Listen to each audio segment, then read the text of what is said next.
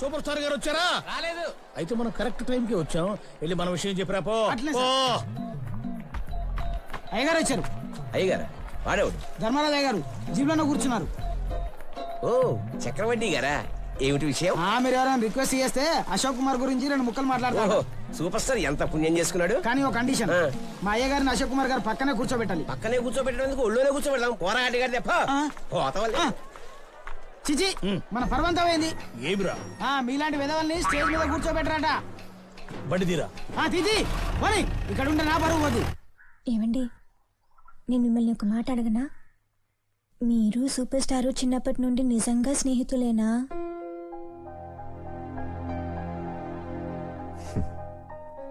అతని మనసులో నేను లేనప్పుడు అది నిజమైన నువ్వే నమ్మలేదు, ఇంకెవరు నమ్ముతారు? ఎవరు నమ్మినా నమ్మకపోయినా నేను మిమ్మల్ని నమ్ముతానండి. ఆయన సినిమాలు ఒక్కొక్కటి చూసి ఎంత అభిమానించాను. ఆయన ఇచ్చిన ఇంటర్వ్యూలు చదివి ఆయన గురించి చాలా తెలుసుకున్నాను. ఒక నటుడిగా ఆయన అంటే ఎంత ఇష్టమో ఆయన వ్యక్తిత్వం అన్నా అంతే ఇష్టం. ఆయన ఈరోజు మన ఊరు నుంచి వెళ్ళిపోతున్నారనే విషయం వినటానికే బాధగా ఉంది. ఇంత దగ్గరగా వచ్చినప్పుడే చూడలేకపోతే ఆయన మనం ఇంకా ఎప్పుడు చూస్తాము? పిల్లలతో పాటు నాకు వెళ్ళాలనిపించింది, కానీ మీరు ఒంటరిగా ఉండాల్సి వస్తుందని నేనే వెళ్ళలేదు.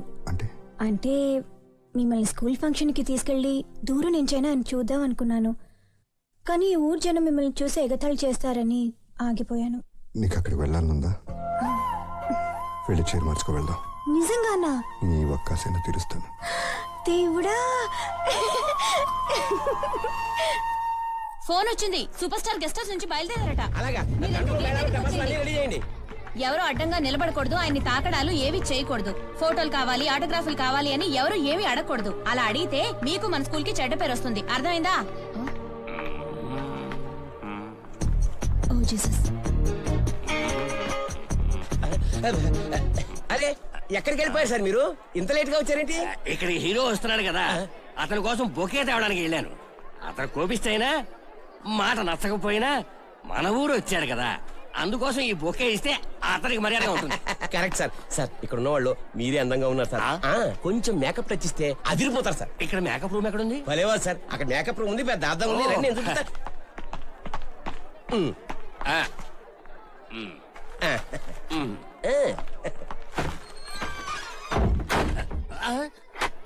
సార్ సార్, ఇది మేకప్ రూమ్ కాదు, లాకప్ రూమ్.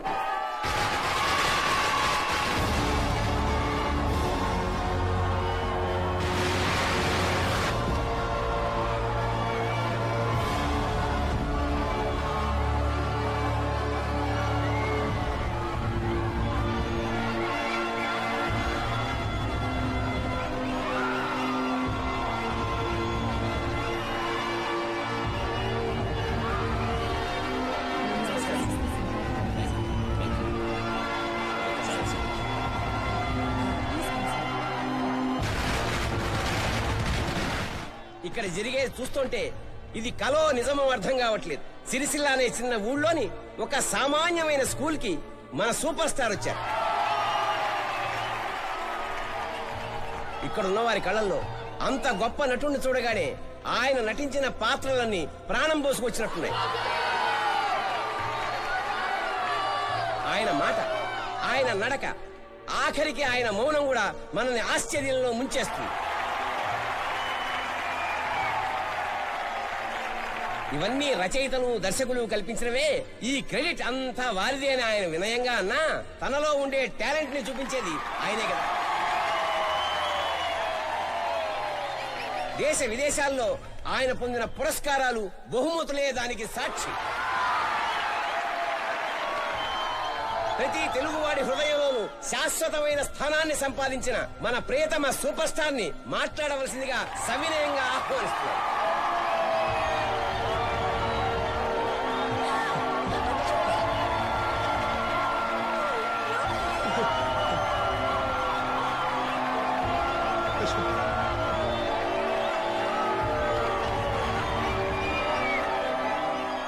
సాక్షాత్తు తల్లిదండ్రులతో సమానులైన ఉపాధ్యాయులకు, సోదర సోదరీమణులకు, పురప్రముఖులకు, ప్రియమైన చిన్నారులకు, నా ప్రాణం కన్నా ఎక్కువైన అభిమానులకు అందరికీ అధ్యక్షుల వారు చెప్పినట్టు నేను ఈ స్కూల్కి వస్తానని మీ ముందు నిలబడతానని నేను ఎప్పుడూ అనుకోలేదు. మీరందరూ నన్ను చూడ్డానికి వచ్చామనుకుంటున్నారు. నిజానికి నేనే మిమ్మల్ని చూడ్డానికి వచ్చాను. నా జీవితంలో జరిగిన ప్రతిదీ నేను ముందు అనుకున్నందువల్ల జరగలేదు. అలా జరగాలని రాసుంది కాబట్టి జరిగింది. నేను మీ ఊరికి వచ్చినా మీరందరూ మా షూటింగ్ను చూడలేకపోయారు. అందుకు మమ్మల్ని మీరందరూ క్షమించాలి. కేవలం మిమ్మల్ని చూడడం కోసం, నా రక్షణ కోసం వచ్చిన కమాండోస్ను పంపించేశాను. అయినా ఇక్కడ మీకన్నా నాకు రక్షణ ఇచ్చేవాళ్ళు ఎవరున్నారు చెప్పండి? నేను మీలో విద్యార్థులను చూడటం లేదు, కాబోయే మేధావులను చూస్తున్నాను, విజ్ఞానులను చూస్తున్నాను, వివేకులను చూస్తున్నాను, కళాకారులను చూస్తున్నాను, భరతమాత గర్వించదగ్గ భావి భారత పౌరుల్ని చూస్తున్నాను. నేను మనుషుల్ని గౌరవిస్తాను, కానీ నేను గౌరవించే మనుషులు దేవుళ్ళు ఈ అధ్యాపకులు. మనల్ని కూర్చోపెట్టి వాళ్ళు నుంచునే పాఠాలు చెప్పి చివరి వరకు అక్కడే నుంచుండిపోతారు. కానీ మనం ఎక్కడికో ఎదిగిపోతాం. అటువంటి అధ్యాపకుల్ని మనం ఎంత పెద్దవాళ్లమైనా మర్చిపోకూడదు. చాలా గొప్పవాడైనటువంటి బిల్ గేట్స్ మీ అందరికీ తెలుసు, కానీ ఆయన తండ్రి ఒక టీచర్ అని మీలో ఎంతమందికి తెలుసు? ఇక్కడున్న విద్యార్థులందరికీ ఒక్క విషయం చెప్పాలనుకుంటున్నాను. మన జీవితంలో ఒక మంచి మిత్రుడు కావాలంటే ఇక్కడి నుంచే సెలెక్ట్ చేసుకోండి. మీ స్కూల్లో మీ పక్కన యూనిఫామ్ వేసుకుని కూర్చునే వాళ్ళెవ్వరూ నీ నుంచి ఏవీ ఆశించేవాళ్ళు కాదు. వాళ్ళలో ఈర్ష్య ఉండదు, ద్వేషం ఉండదు, నిజాయితీ మాత్రమే ఉంటుంది. ఏదో ఒక రోజు మనం చాలా గొప్పవాళ్ళం అవుతామని తెలిసి వాళ్ళు మనకు మిత్రులు కాలేదు. వాళ్లే మనం ఎంత గొప్పవాళ్ళం అయినా మనలో తప్పుంటే ఎత్తి చూపిస్తారు. ఈ విషయాలన్నీ చెప్తుంటే నాకు నా బాల్యం గుర్తొస్తోంది. ఇప్పుడు మీ అందరికీ మంచి బట్టలున్నాయి, తినడానికి మంచి తిండుంది, చదువుకోవడానికి పుస్తకాలున్నాయి. కానీ ఇవన్నీ ఏమీ లేని ఒక మామూలు అశోక్ కుమార్ని మీరు ఊహించగలరా? అప్పుడు నేను ఒట్టి అశోక్ కుమార్ని, పేదవాడైన రాజ్ కుమార్ కొడుకు అశోక్ కుమార్ని. బట్టలు కొనుక్కునే స్తోమత లేక మాసిపోయిన చొక్కా, మోకాల దగ్గర చినిగిపోయిన నిక్కర్తో స్కూలుకు వెళ్లిన అశోక్ కుమార్ని. కొడుకు కొనుక్కునే గతి లేక ఆకుల్ని అడ్డం పెట్టుకుని వర్షంలో తడుస్తూ స్కూలుకు వెళ్లిన అశోక్ కుమార్ని. ప్రతి మనిషి జీవితంలోనూ తను పైకి రావడానికి కారణమైన ఒక మనిషి ఉంటాడు. నాకు కూడా అలాంటి ఒక స్నేహితుడు ఉండేవాడు. చెవిపోగు పెట్టుకున్న ఆ స్నేహితుడు, నేనేదో లైఫ్లో సాధిస్తానన్న కలవగన్న స్నేహితుడు, నేను ఇవాళ ఈ స్థితిలో ఉండడానికి కారకుడైన నా స్నేహితుడు బాలకృష్ణ.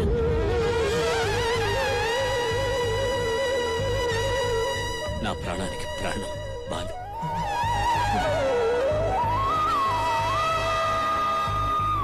నా బాలు.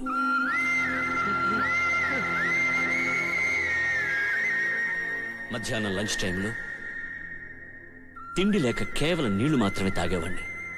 టిఫిన్ బాక్స్ నాకిచ్చి నాకు అన్నం పెట్టేవాడు నా బాలు.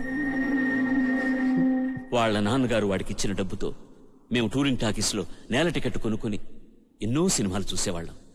నిజానికి నా జీవితంలో మొట్టమొదటి సినిమా వాడి డబ్బుతోనే చూశాను.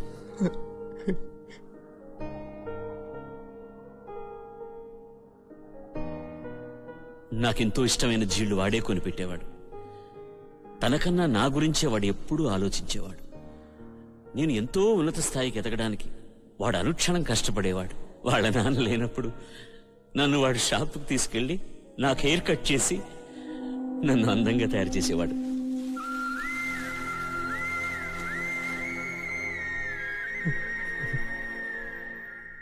నాలోనూ ఒక నటుడున్నాడని ముందుగా వాడే గుర్తించాడు. వాడి కళ్ళతోనే నేను ఈ ప్రపంచాన్ని చూశాను. నాకు కలలు కనడం నేర్పించింది వాడే. నేను 10వ తరగతి పాస్ అయిన తర్వాత పై చదువులకు స్తోమత లేదు, చేతిలో డబ్బులు లేవు, ఏం చేయాలో తెలియదు, లోకమే చీకటైంది. అప్పుడు నా బాలు, రేయ్ నువ్వు నటుడు అవరా, పెద్ద ఆర్టిస్ట్ అవుతావరా అని చెప్పాడు. నేనా నటన తమాషా అని అడిగాను. రేయ్ నువ్వు స్కూల్లో కురుక్షేత్రం డ్రామా వేసేటప్పుడు దుర్యోధనుడు వేషం వేసావు కదా, దానికి జనమంతా నిన్ను పొగిడారే. వాళ్ళు నీ నటనను మాత్రం పొగడలేదురా, నీ స్టైల్ని చూసి పొగిడారురా. నువ్వు పెద్ద నటుడు అవుతావురా, నువ్వు మద్రాసు వెళ్ళు అని ధైర్యం చెప్పి వాడి చెవులుకున్న ఆ 2 పోగుల్ని అమ్మి నన్ను మద్రాసు పంపించాడు.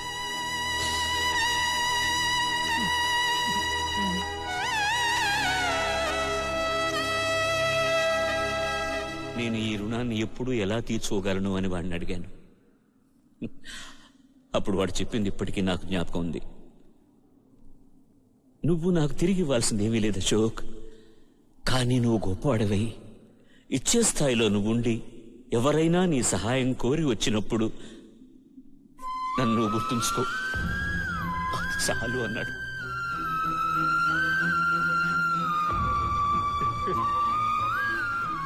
వాడిచ్చిన డబ్బు తీసుకుని చెన్నైకి బయలుదేరిన అశోకే ఇవాళ మీ ముందు నుంచిన సూపర్ స్టార్ అశోక్ కుమార్. నేనిక్కడున్నాను, కానీ నా మిత్రుడు ఎక్కడున్నాడో తెలియదు.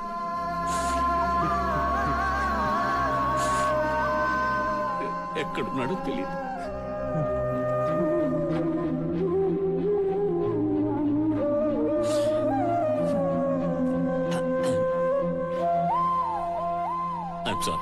సారీ. ఒక అమ్మాయి ప్రేమ కోసం ఊరుదిలి వెళ్ళిపోయిన బాలకృష్ణ ఇంకా నా కళ్ళలోనే ఉన్నాడు. ఈ కుచేలుణ్ణి తన డబ్బుతో కుబేరుణ్ణి చేసిన ఆ కృష్ణుడు, నా బాలకృష్ణ, ఇప్పటికీ నా గుండెలోనే ఉన్నాడు.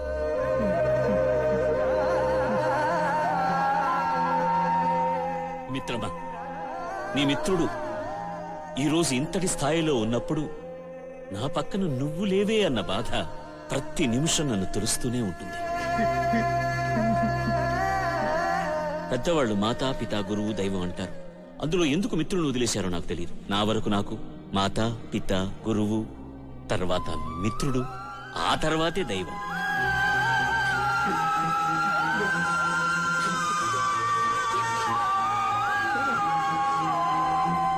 తెలుగు తల్లికి వందనం, తెలుగువారికి వందనం. Jai Hind. I'm sorry sir. నేనింతవరకు ఎవరికి అభిమాని కాదు, కానీ ఈనాటి నుంచి ఈ మహానుభావుడికి అభిమానిని.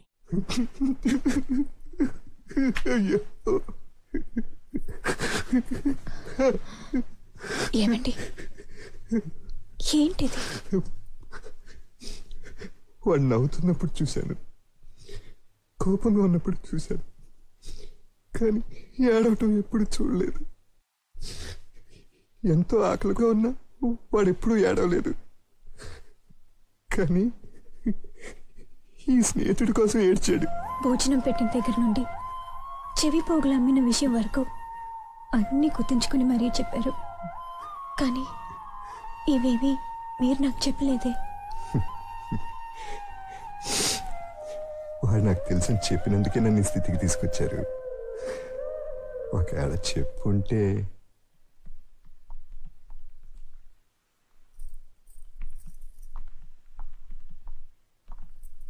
ఏంటమ్మా, ఫంక్షన్ అయిపోయిందా? అయిపోయింది. సూపర్ స్టార్ నాన్న గురించి మాట్లాడింది విని అందరూ ఏడ్చారు. నేను కూడా ఏడ్చాను. నువ్వెప్పుడు వచ్చావమ్మా? నేను మాత్రమే కాదు, మీ నాన్న కూడా వచ్చారు. అవునా?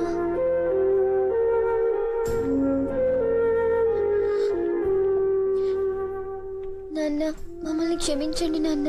సారీ నాన్న. ఏం తప్పు చేశారన్నమా క్షమించడానికి? నేను కూడా మీ వయసులో ఉండుంటే అలాగే చేసేవాడిని.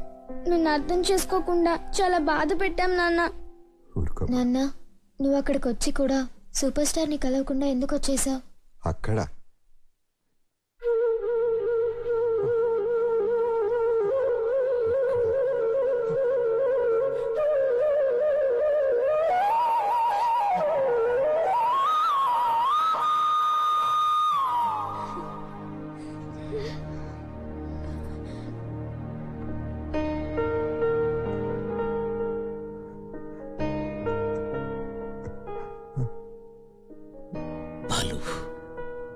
బాలకృష్ణ,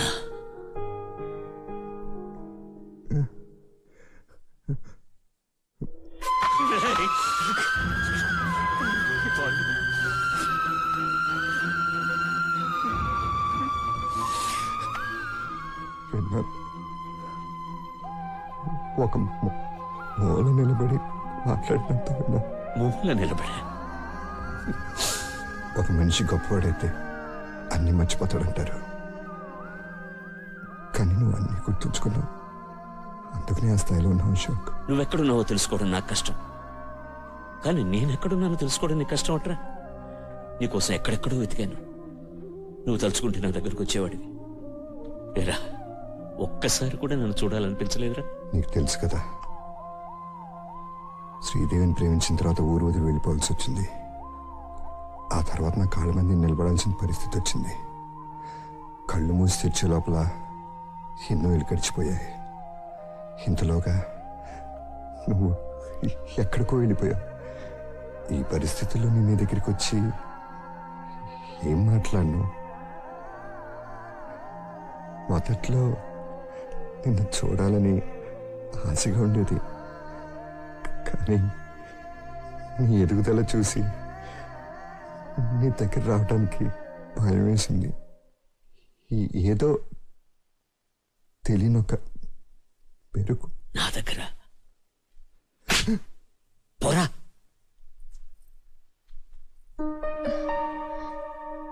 శ్రీదేవి,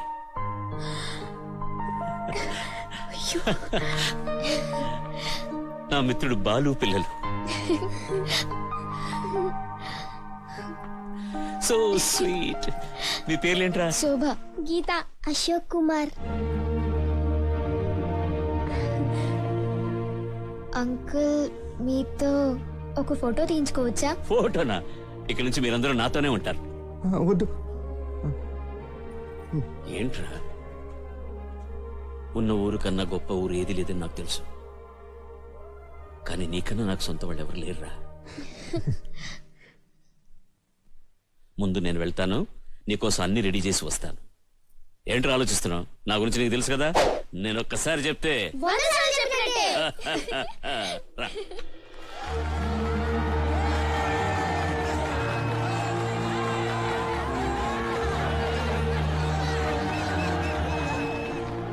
ఈ అశోక్ కుమార్ సూపర్ స్టార్ అవడానికి కారణం ఈ బాలు. మీ బాలు నా ప్రాణ స్నేహితుడు బాలు.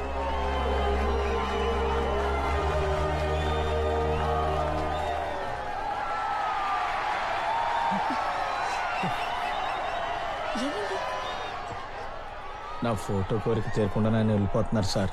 కనీసం ఆయన ఎక్కడికి వెళ్తారు? ఆయన ఎప్పుడూ మనతో పాటే ఉంటారు. అశోక్,